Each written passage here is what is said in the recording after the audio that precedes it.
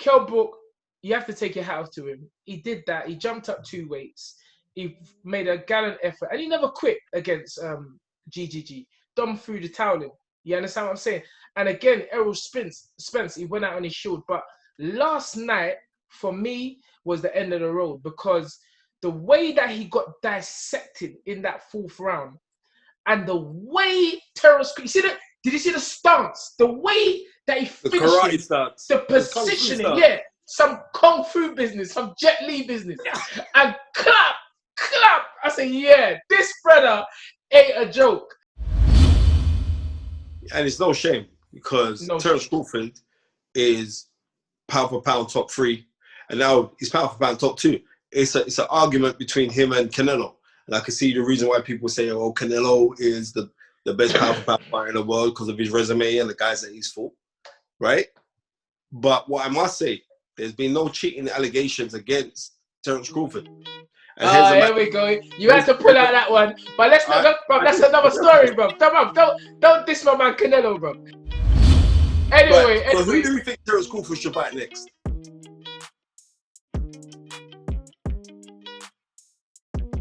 Dream it, believe it, become it. Come on down. Fam, where you trying to pirate my colours? What are you talking about? Pirate your colours, you little punk. I am you, you are me. Exactly. Natural mystics thing going on right now. We didn't know, but, you know, colour coordination. Welcome to this week's Fight Is Right weekend breakdown, as we do each and every week. We have to go back and look at what happened in Las Vegas last night, in the early hours of this morning, with Kell Brook's gallant but still failing in challenging for Terence Crawford for the WBO welterweight championship of the world. Tunde, man, what did you think of the fight? Well, pretty much as expected. Just it happened quicker. What are you drinking? Red Stripe.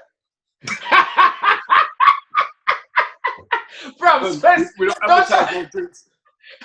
Yeah, that's it. There you go. We don't advertise no drinks in here, no free advertising. You have to pay for that. Unless stamina water, you know this it. Dream it, believe it, become it. Get your stamina water. But anyway, as I was saying, pretty much as expected. You know, I didn't really want to. I mean, I felt away when I said to Dom on the interview that Kell's getting stopped. I did feel. Why did you feel away? No, you know, listen, because I'll be honest with you, any man tell me my fighter's getting stopped, it's beef. You might get blocked. but you know, I know Dom's like that, and he explained it. But I don't know, I'm not used to, you know, this is new to me, talking about other fighters and giving predictions and that, because I know there's always a certain attachment to someone that you've looked after, especially when you looked after them from a young kid, from the beginning of their pro career. So, but you know, you asked me something, I'm going to tell you the answer. And that's why, you know, when I said it, when I was asked for my take on it, I was saying Crawford 8 to 10. What we saw last night was basically a master at work. It was again, it's that same adage I keep saying, boxing is a thinking man's sport. It ain't about how many hard rounds you spar. We won't go into that conversation. It ain't about how many miles on the quickest time you can run up the stairs and gas mask on your mouth. It's about who has the best boxing IQ. And what we saw last night was, for 3 rounds, Kell Brook was trying to tactically outthink a master. And just like anything that you put pressure on, it only takes a matter of time before it explodes. And that's what happened. At the beginning of the 4th round, I know you're eager to say something, at the beginning of the 4th round, I said to my cousin who was watching it, I said, his concentration's gone. I could feel it. Same thing with Amir Khan when he fought Canelo. I actually can sense when the concentration's gone because the pressure is too much. And we saw Terence Crawford go to work in brutal fashion. And you know, and a brave but gallant effort by Kell Brook, who's got nothing to be ashamed about. He's had a good career. Yeah, how would you have scored that fight? Like going in, because like the first 2 rounds I gave to Kell Brook. 100%. Right. 100%. The first 2 rounds against 100%. Kell Brook, and 100%. if you can recall, it's like, yeah, mate, I was my prediction was getting too serious. Like God will allow me to get a 4th week in calling around. Spence, you see what I got? Come off the pounded yam, bro. You see what I got? Bro, no bench press, no super vitamins, and just good food and train hard. That's what happened. Anyway, carry on. And a goosey. Pounded yam and a goosey. Ever. Right. So, come on. Yeah. so come on. If you watch how Kell Brook boxed in that fight, right? The thing that I found fascinating was he came out and he was stamping his authority, but it's the fact of how big Kell Brook looked in that fight in comparison to Terence Crawford. Yes. But have you noticed when a man starts to get demoralized, yes, the man who is the perpetrator of the demoralization starts to look big themselves. Yeah, you know I mean? come on, talk right? it.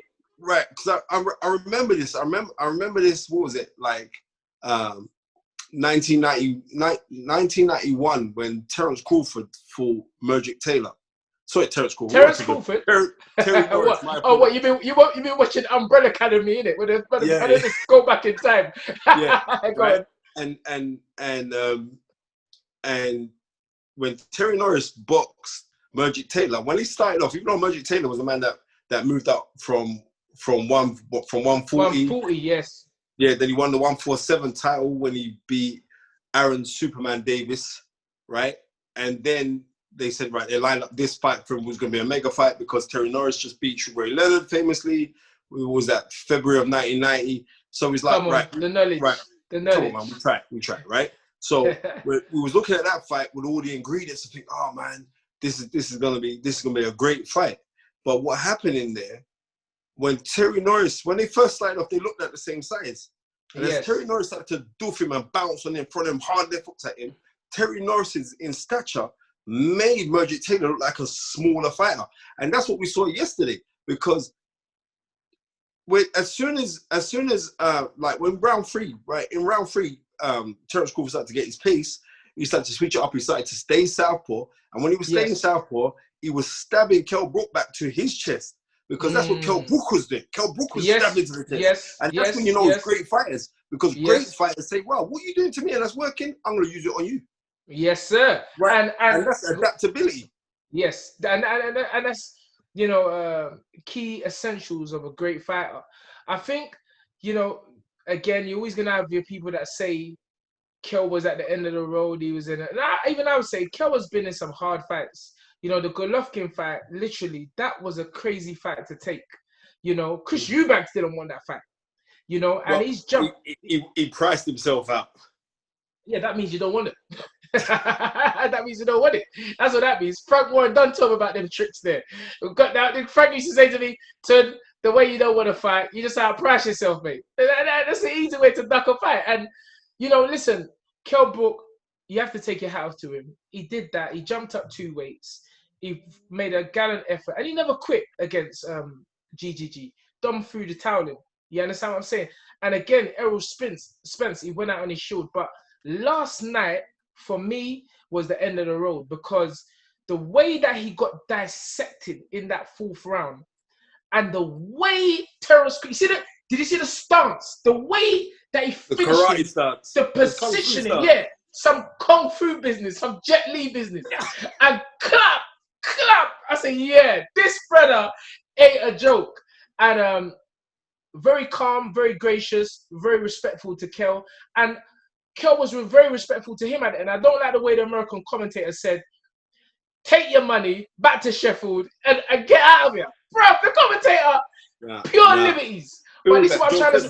Was that Joe Tessel that said it? I don't know who it was. But this is what I'm trying to say. This is what I'm trying to say. You got to remember, I keep telling man, that's why when I go to America, I make them know it's us against them. I don't try to friend up Americans because this is what they think about us. They're like, take your money off on your bike. You got your little 2 million, head out. And I was happy about that, the way, they dealt with Kell like that. You know what? Unfortunately, it has become like this them against us. I'm not into that foolishness. Period. But what I am saying with Kell Brook boxed very, very well. And Excellent. like, if he could have remained at that pace or kept that concentration, I would have seen that fight, because I thought that fight was going to go late. I still thought Kell Brook was going to get stopped, but I didn't think like Terence Crawford could have done it in that manner of a fashion. But what I've always said to you, Spence, which is why I just feel that I am who I am. I said it from the beginning. This sport is about how long you can think for. Because when you're in the ring, it's your minds that are come to play. And if your training isn't geared to mental thinking over long periods of time, then you can look good for 3 rounds. Because this ain't the amateurs. This ain't the amateurs. This is professional prize fighting over 12 rounds. That's why they call 10 to 12. What do they call it, Spence? Championship rounds. The championship rounds. Because it's the rounds where we've got to find out if you're a champ or not. So, Kell Brook last night. We must say that changed, because remember, in the good old days, it was 15 rounds. So the championship so again, 12 which is why 15 rounds. Which is why, again, I say that the old school fighters are more mentally tough than the new school fighters. Of course they are. 1 million%. But today's fight's a sport, my friend. Yeah, 100%. But let's not deviate. Yeah, we're digressing. Again, credit to Kell. He done the best. I actually had him 2-1 up going into the 4th round. I had him 2-1 up, and if he could have maintained that, it's all iffa, shoulda, woulda, coulda. We know that, but he never done himself wrong. You know, he should be proud. He went out on his shield. He didn't quit, and he just was beaten by the better man. And it's no shame, because Terence Crawford is pound for pound top 3, and now he's pound for pound top 2. It's an argument between him and Canelo, and I can see the reason why people say, "Oh, Canelo is the best pound for pound fighter in the world because of his resume and the guys that he's fought," right? But what I must say, there's been no cheating allegations against Terence Crawford. Here we go. You had to pull out that one, but let's not. That's another story, bro. Don't diss my man Canelo, bro. It ain't his fault that there was funny meat going around in Mexico. One second. This is how ready for you. Canelo, I think the population in Mexico is like 130 million people. Yeah. 1 in 4 people watch Canelo when he fights. The man, right? And they'll do that on pay-per-view in Mexico. Right? It's a standstill when the man fights. The man's got more money than sense. When you got money like that, you can import your meat from anywhere in the world.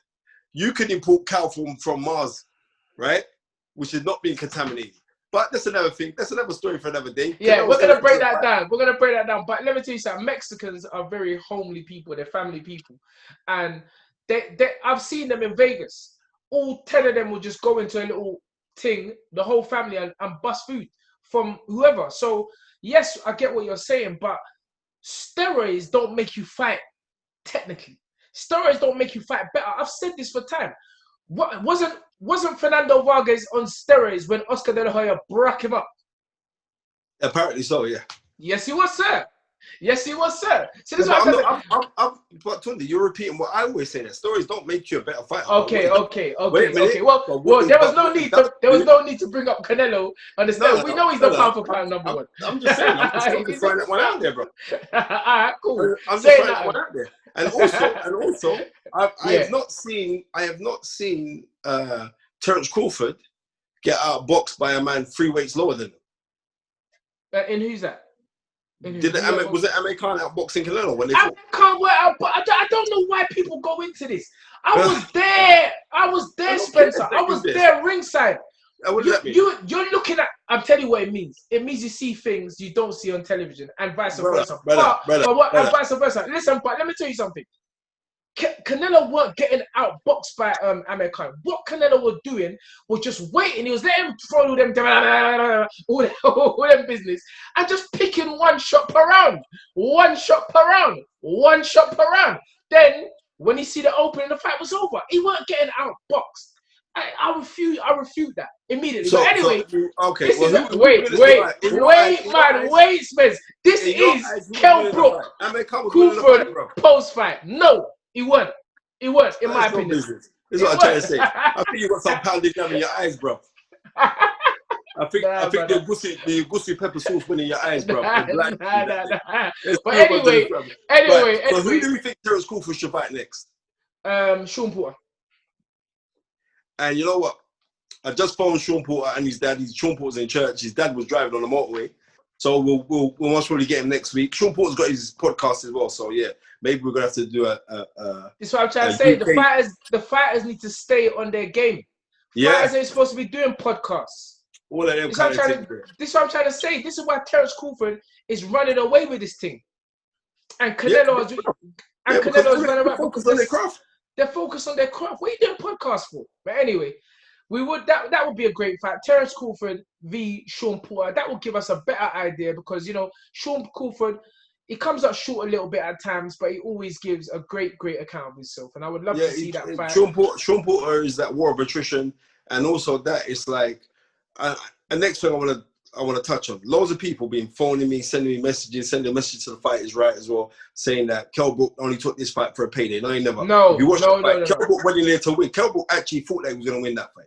Listen, because of how I am and how I train, I was watching the fight saying, Jesus, this is high-level chess, what was going on. Those first 3 rounds, because you see it. The concentration for the first, and Kell absolutely went out there. He prepared well. He tried his best. Unfortunately, or fortunately for him, the best wasn't enough. And I feel that he can go home now with his $2 million. He's made a lot of money from the sport. We don't want his help. Like you heard Terence Crawford say before the fight, bro, your eyes are already messed up. So that was a low blow before the fight. And I just feel that we don't want Kell to get blinded there because even after the fight, I don't know whether you saw it, Spence, but I see him start blinking and blinking and all them things there. So I've seen that before, and I wish Kell all the great health. I did have to take the post off of my page because he tried to remix the thing about dream. He tried to say breathe it, believe it, become it. I said, nah, bro, because I posted, I was getting excited. I said, yeah, you know what, Kell? Because of that, you're getting all my energy. But then when I listened to the thing properly, I phoned Spencer up. Yeah, I phoned Spencer. I was like, fam, the man said, breathe it. Nah, this is coming off my page. I took it off my page straight. But, bro, I keep telling him, Deontay Wilder, Kell Brook, if you're going to say it, mate, say it properly. Dream it, believe it, become it. Come on down. It's been a good one. Yeah, thanks to everybody who's tuned in. Don't forget to like and subscribe to the Stamina for Sale YouTube channel. It's also available on the Stamina for Sale on iTunes.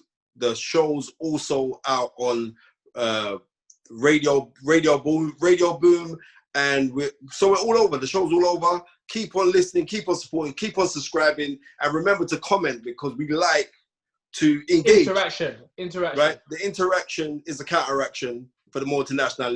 You see me? Come on. Yeah, so you know what I mean? I got big up my brother from another mother in Gary Blake. I got big up Baba Tunde Ajayi, the master genius. I'm Spencer the Spirit Fearon, aka the Knowledge. Tunde, how's it go? Dream it, believe it, become it. Come on down. Thanks for listening to the Fight Is Right podcast. Terence Crawford, Kell Brook breakdown. Thank you very much.